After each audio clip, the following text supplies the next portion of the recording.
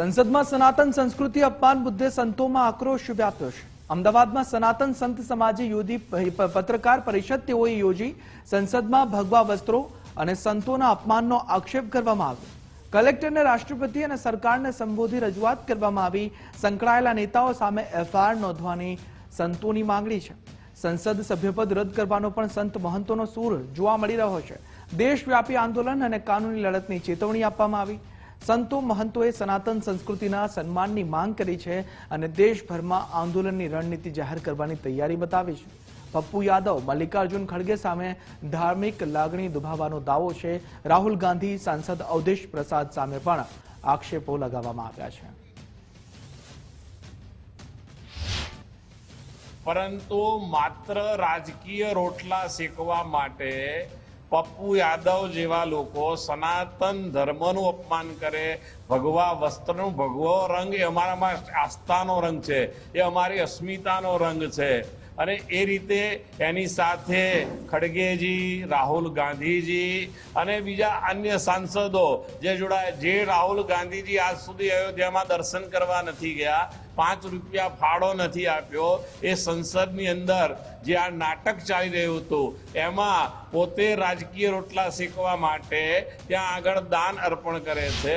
જે કર્યું એ આસ્થા સાથેનું એમણે જે કાર્ય કર્યું છે એ ખૂબ નિંદનીય અને ખૂબ એમ કહેવાય કે સંત સમાજને લજ્જાવાનું જે કાર્ય કર્યું છે।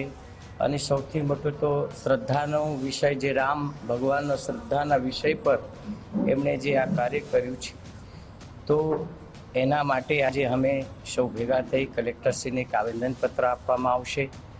અને જેવી રીતે કે જેમણે પણ આ જે સંસદોએ આ કર્યું છે એમનું સંસદ પદ કેન્સલ થાય, એમના ઉપર તરત કાર્યવાહી થાય અને સખતમાં સખત પગલાં લેવામાં આવે।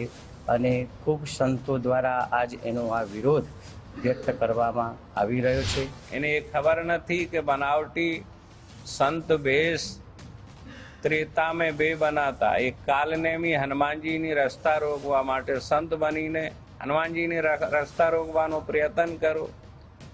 ભેદ બહાર આવ્યો, હનુમાનજી એને તેને મારી નાખા।